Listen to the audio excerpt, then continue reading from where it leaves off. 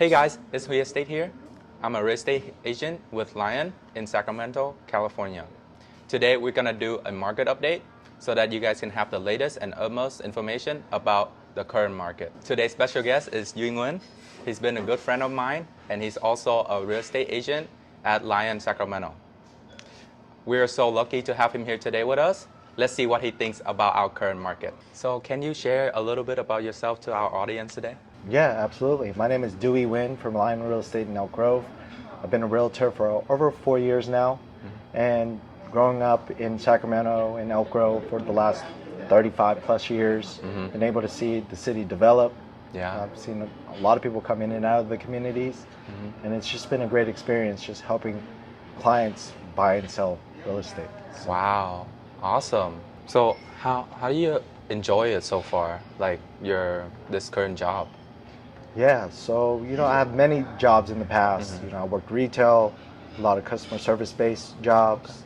I've worked in the office with the state of California, and I think the career choice in real estate allows me to have a dynamic career where I get to meet new people every day, solve different puzzles as far as real estate needs, and it's been fun.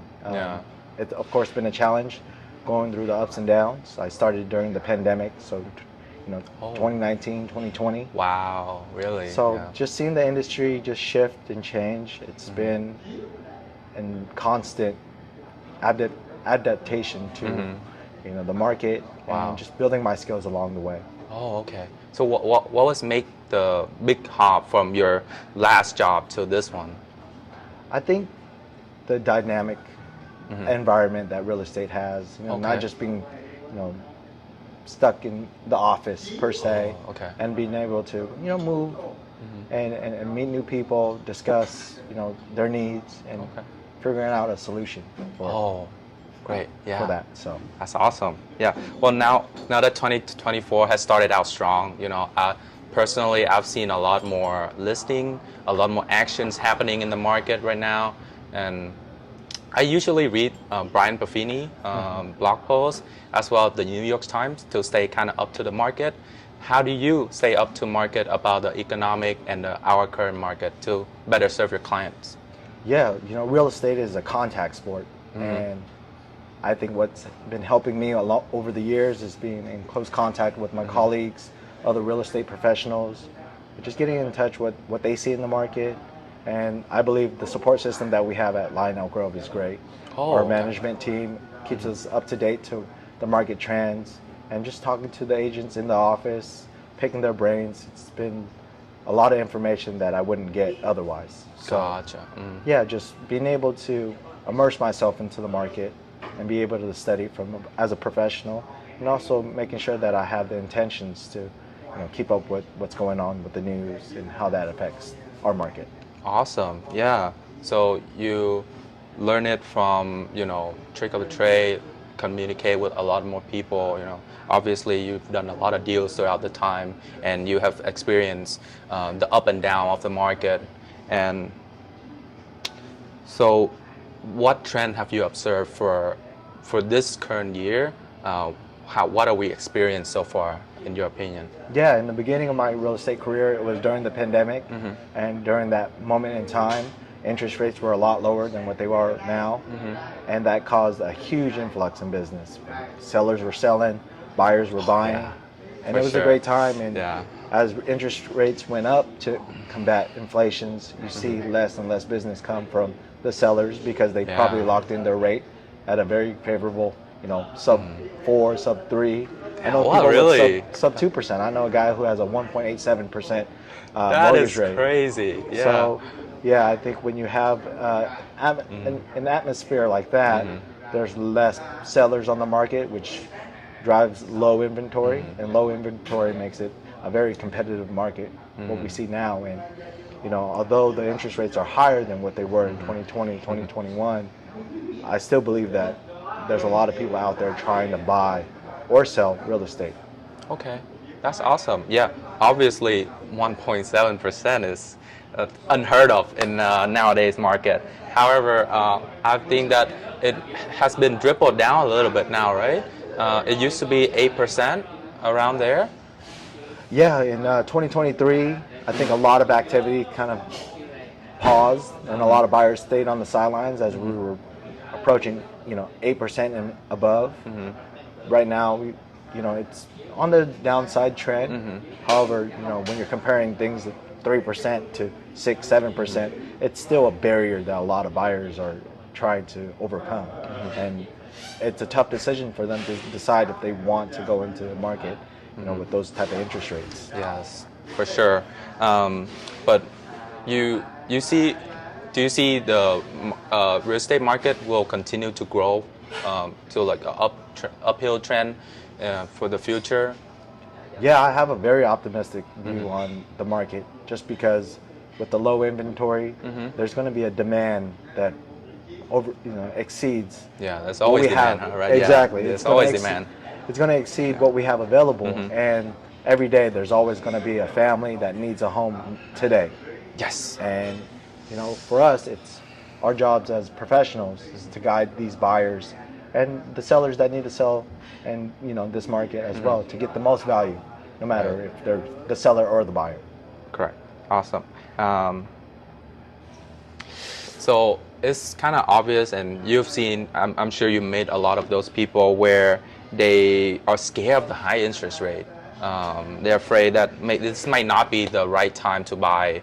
And as someone who worked in the industry, is that really the case? Yeah, if you're comparing years, there's a lot less buyers in 2023, 2024 compared to 2020, 2021. However, no matter what the interest rate is, it's always going to be a difficult decision or a big barrier for buyers to make that decision to home ownership. Because 2021, the interest rates were low, but the competition for homes were high.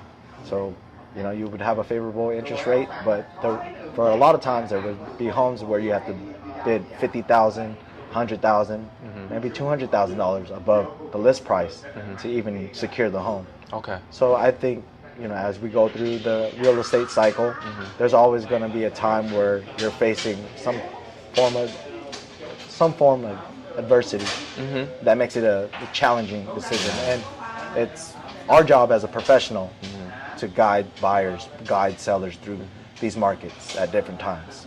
Yes. Yeah, that's a really great tech. How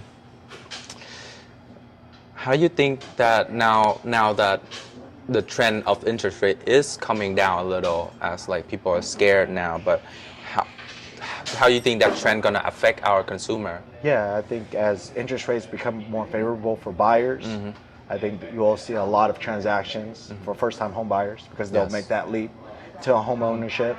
And then I think there's going to be homeowners that bought in 2020, maybe earlier than that, where they feel like their current home, they're most likely growing out of it or want to change. Okay. So if interest rates are favorable, then the sellers are willing to sell their current property to transition to a new property. And with that behavior becoming more and more evident, I think we'll see a lot more transactions, for the upcoming years. So there's this news I've heard around, and it's coming around, that the Department of Justice is saying that seller agent should no longer pay a split to the buyer agent. So it really make the buyer now have to go out of their way to negotiate with their broker that they work with. What are your thoughts on this? Yeah, I think there's changes in the real estate market where traditionally you'll have the seller pay the buyer's agent's commission for a successful transaction, and I think the buyer's agent holds an important role in guiding the buyer to not only locate a home that fits their needs, but making sure it's the right transaction for them. So, as they change the compensation structure, or, even if, that's still pending, I still feel like the market will reward the buyer's agent's efforts and, for what they do and what value they bring for. So you think it's going to be even more rewarding for buyer agent now to, having that ability to negotiate with um, the buyer, their clients? I think there's going to be a way where we're going to find, buyers agents still being able to be,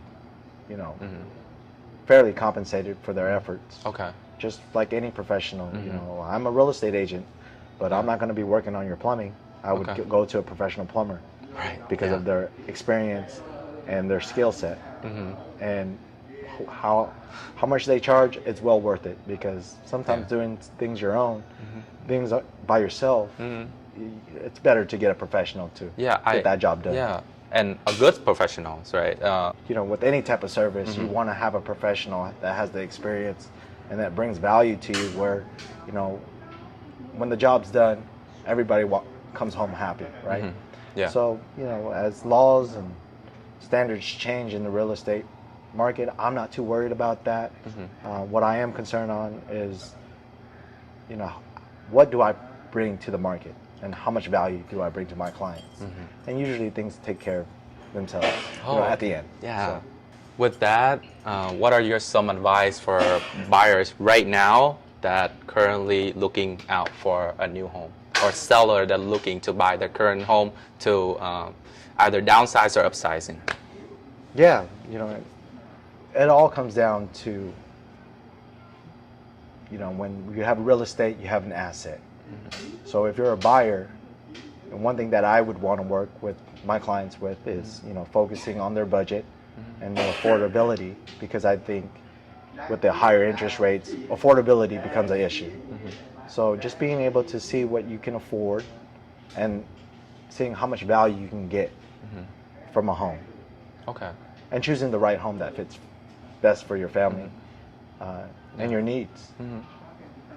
Same approach do I have for when you're a seller, because now you have this asset. Yeah. And it's my job to make sure I maximize the value that you get once you do sell your home. So it's all about value for me, and being able to build your wealth by acquiring assets like what we have in real estate. Right. Yeah. For me, I usually tell my clients that don't be too afraid of the interest rate. What is more important is the monthly payment that you're paying for the house. That if it come out to you can't afford that house anyway, even if with the low interest rate you're not going to afford it, the house. However, if that house with the monthly payment you can afford is something is manageable to that client, then it might be a good time for them too, right? So I think having your budget to a point where you can identify a comfortable monthly payment for your home is a great approach. And there's other things that come with ownership, right? Not only do you get this home to enjoy, but you have the responsibility now. That's true. Yes. So one thing that I like to advise clients who are looking to buy is making sure that you have enough, not only for the monthly payment, but being able to take care of a home, to maintain a home. Because you don't want to have a house where you have a bunch of issues and now the cost becomes too much, and now provides stress and unneeded troubles for your family. Right. Yeah. So as a buyer, I definitely focus on affordability and value, and as a seller, once we have an asset, I want to be able to analyze what you have and market it in the best way so you get the most value when you sell. Okay. For someone that is kind of struggling with buying their first home, what do you think their option is? Like, let's say this person is struggling to pay for a down payment. They don't have much liquid cash for a down payment. However, they in need of moving to their first home. Just to say, let's say they just get married and they need to move out to a home, right? What do you think their option would be?